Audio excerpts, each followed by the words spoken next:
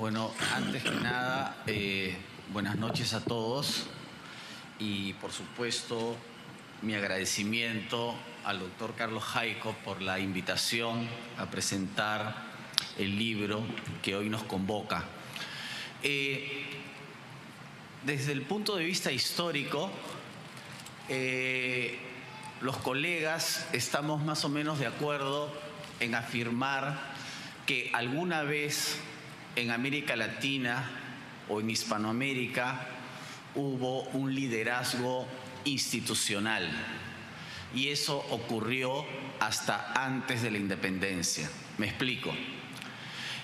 Durante el virreinato teníamos funcionarios, gobernantes que eran burócratas, es decir, pertenecían a la estructura del Estado absolutista.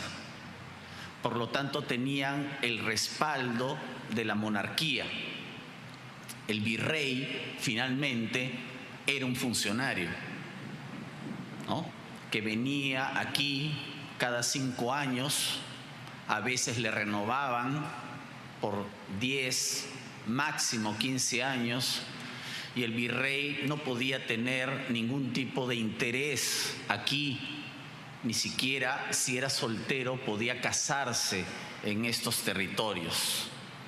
Era un poder respaldado por el absolutismo, un absolutismo que terminó de engranarse en la época borbónica, porque España terminó copiando el modelo francés, que como todos ustedes saben, se consolidó bajo la figura del Rey Sol de Luis XIV. Pero aparte de ese liderazgo institucional y burocrático, teníamos el liderazgo de los curacas, llamados caciques por los españoles. Era también un liderazgo institucional, pues su poder, su legitimidad venían de la tradición, del linaje, de la historia. Muchos de ellos eran descendientes de los incas y eso les daba su legitimidad. Y había todo un ritual de sucesión, ¿no? Quizá el personaje más importante que conocemos es Túpac Amaru, José Gabriel Condorcanqui, descendiente por línea materna de Huayna Cápac. Él descendía de Túpac Amaru I, último inca de Vilcabamba, cuya hija, Juana Pilcohuaco, se casó con un tal Condorcanqui. Por lo tanto, su ascendencia por línea materna se remontaba hasta no solamente Túpac Amaru I, sino Manco Inca, hijo a su vez de Huayna Cápac, hijo a su vez de Túpac Yupanqui. Entonces, vemos ahí un liderazgo que se explica a partir de la tradición y de una tradición que se remontaba, exagerando un poco, una tradición milenaria.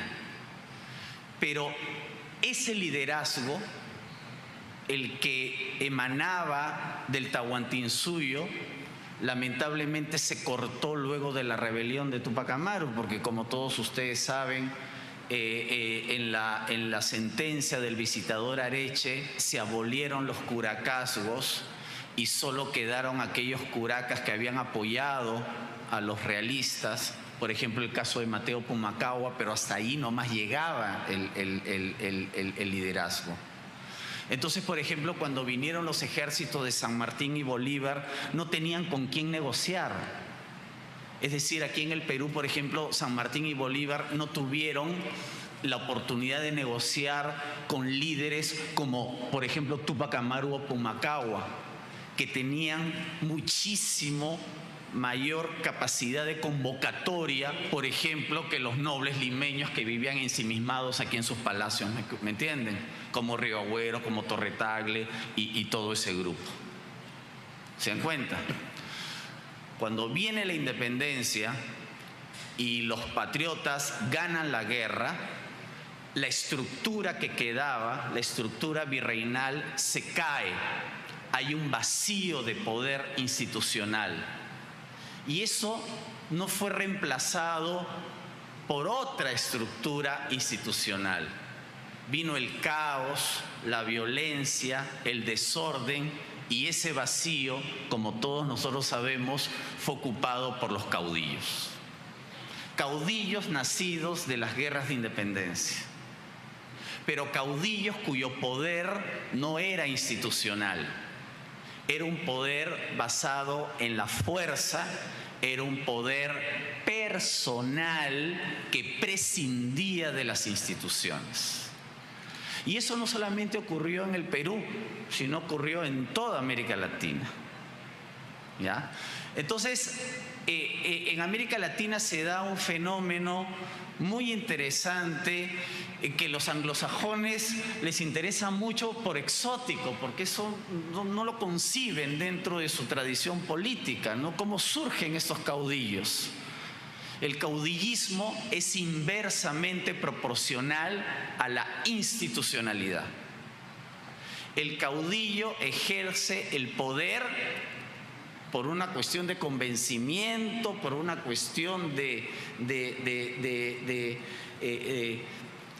fascinación que ejerce frente a los otros grupos. No necesita un cargo. El caudillo no necesita un cargo, no necesita un papel o una constitución para ejercer poder. ¿Me entienden? Si Castilla gobierna es porque es Castilla, no porque sea presidente, no porque tenga una banda, no porque aparezca en una moneda, que ni siquiera aparecían las monedas en esa época, ¿me entienden? Pero gobierna porque se trata de Castilla, como antes lo hacían parcialmente Gamarra o Santa Cruz. El caudillo tampoco es omnipotente, el caudillo tiene que estar negociando constantemente el poder. Y el caudillo tiene que tener un abanico de discursos y de estrategia frente, por ejemplo, a una realidad tan diversa como la del Perú. Nuestros presidentes del siglo XX, la mayoría ni siquiera hablaban quechua. Gamarra hablaba quechua, Santa Cruz hablaba quechua y aymara, Castilla balbuceaba el quechua, si no, no podía gobernar. ¿Me entienden? ¿Ya? Por supuesto Cáceres sabía quechua. ¿Ya? Pero bueno, los caudillos del siglo XX fueron distintos a los, del siglo XIX son distintos a los del siglo XX, porque ya pues a partir de la guerra del Pacífico nace en el Perú lo que podríamos llamar pues el Estado moderno. Hay ciertos niveles de institucionalidad y los caudillos o los líderes no podían obviar por lo menos parte de la estructura de las organizaciones republicanas. Pero tuvimos caudillismo, pues. Los partidos fueron caudillistas y el caudillo es en realidad la punta de toda una estructura caudillesca. ¿Ya? Porque los caudillos tenían que gobernar negociando el poder con los caudillos regionales, con los caudillos locales. ¿Ya? La base del caudillismo era la hacienda. El gamonal era el caudillo dentro de su localidad, dentro de su región. Gamonal no es terrateniente. En el Perú ya se ha perdido un poco la costumbre de citar la palabra gamonal. Hace unos 30, 40 años en el Perú la palabra gamonal formaba parte de nuestro lenguaje cotidiano. Gamonal es el terrateniente, sí, porque su poder viene de la tierra, pero que a la propiedad de la tierra le añade el poder local. Ese es el gamonal. Había, por lo tanto, caudillos locales, caudillos departamentales, caudillos, o sea, el caudillo nacional finalmente era aquel que dentro de esa estructura caudillesca llegaba a gobernar, digamos, todo el territorio. La mayoría de caudillos se quedaban a nivel local. Algunos elevaban su poder a nivel regional y solo unos pocos llevaban ese poder a nivel nacional. Tuvimos caudillos, líderes personales, ¿no?, sin orden institucional, muchos, ¿no? Tenemos caudillos militares, caudillos civiles, caudillos costeños, caudillos de la sierra, caudillos con algún barniz ideológico, otros caudillos que solamente eran su persona y su carisma. Tenemos caudillos importantes, pues, ¿no? Leguía, Sánchez Cerro, Odría, Aya La Torre, Belaúnde, Velasco, Alan García, bueno, no, el mismo Fernando Belaúnde, y muchos de ellos construyeron sus partidos bajo la lógica caudillista. Y esto no solamente es un pecado peruano, es una realidad latinoamericana. Los peruanos muchas veces estamos acostumbrados a pensar que nosotros somos los particulares, los singulares. Bueno, tendremos algunos ingredientes propios, pero la política peruana está inscrita dentro de la tradición latinoamericana. Carlos Jaico, en el capítulo 7 de su libro, habla de dos tipos de liderazgo, utilizando la figura de las pirámides. Está el liderazgo de la pirámide de Keops, que termina en punta, y el liderazgo de la pirámide de Chichén Itzá, ¿no?, que nosotros sabemos que no termina en punta, sino termina tiene una punta, digamos, horizontal. Lo que hemos tenido en el Perú y en América Latina es el liderazgo de Keops, es decir, el caudillo que se siente omnipotente, el caudillo o aquel líder que confunde su destino con el destino de la nación, y que muchas veces esa unión de destinos lo termina nublando. Quiere permanecer en el poder el mayor tiempo posible, es el único capaz de guiar, es el único capaz de conducir. Por lo tanto, ese liderazgo no forma recambio, no forma líderes, no forma segundos, a lo más forma terceros. ¿Me entienden?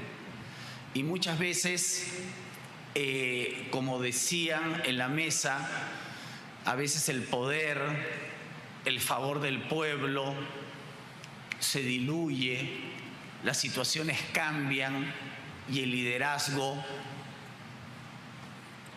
se desvanece, ¿no?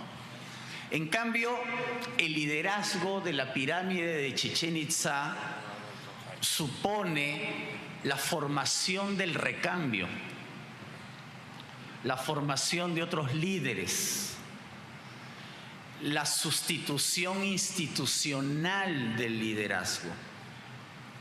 Es decir, en la pirámide de Chichén Itzá no existen los salvadores de la patria. ¿Me entienden? No existe aquella figura que solamente ella puede liderar al país o a la nación. Como decían en la mesa, en la tradición europea, especialmente en la tradición anglosajona, hay líderes, pero no hay caudillos. Líderes fueron Churchill, en su momento Margaret Thatcher, en su momento Tony Blair, en Estados Unidos Roosevelt, Kennedy, Reagan, no importa si hayan sido republicanos o demócratas. En Francia tenemos líderes, de Gaulle, en su momento Mitterrand, en Alemania Adenauer. Son líderes, pero no son caudillos. Son líderes que surgen de la propia institucionalidad y no pueden ir en contra de las instituciones. Tienen límites, tienen parámetros. Aquí el líder no. En América el líder puede hasta crear su propia institucionalidad, creando su propia constitución, por ejemplo. Y además puede cambiar su propia institucionalidad, cambiando su propia constitución. Además, en América Latina tenemos muchos líderes constitucionales, muchos líderes que se levantaron defendiendo la Constitución y fueron los primeros en cambiarla sucesivamente, ¿me entienden? Por eso les decía que el caudillismo es inversamente proporcional a la institucionalidad. Entonces tenemos que cambiar la matriz del liderazgo. Yo no digo vamos a regresar al virreinato, donde había un liderazgo institucional, pero ya sabemos que tenemos que construir institucionalidad a todo nivel. Yo a veces me pregunto qué estamos haciendo con los chicos que salen, por ejemplo, del colegio mayor. ¿Dónde se van? ¿Dónde se van esos futuros cuadros? El Estado, la empresa privada deberían estar atentos a esas generaciones que están saliendo, por ejemplo, del colegio mayor o de los colegios mayores que deberíamos tener en cada capital del departamento. Porque esos líderes los veremos de aquí a 20, 25 años gobernando el país. Yo agradezco al doctor Carlos Jaico por la invitación y este libro, El Poder del Liderazgo, ya es un libro que se puede convertir en líder porque de alguna forma está dividido en 7 principios, como los 7 ensayos, ¿no? Los 7 ensayos del liderazgo, ¿no? Entonces, agradezco, y siempre la presentación de un libro es una fiesta, ¿no? En un país en que sabemos nosotros que tenemos un gran déficit de lectura, de publicaciones y de ediciones, bueno, pues este tipo de actos hay que celebrarlos. Muchas gracias.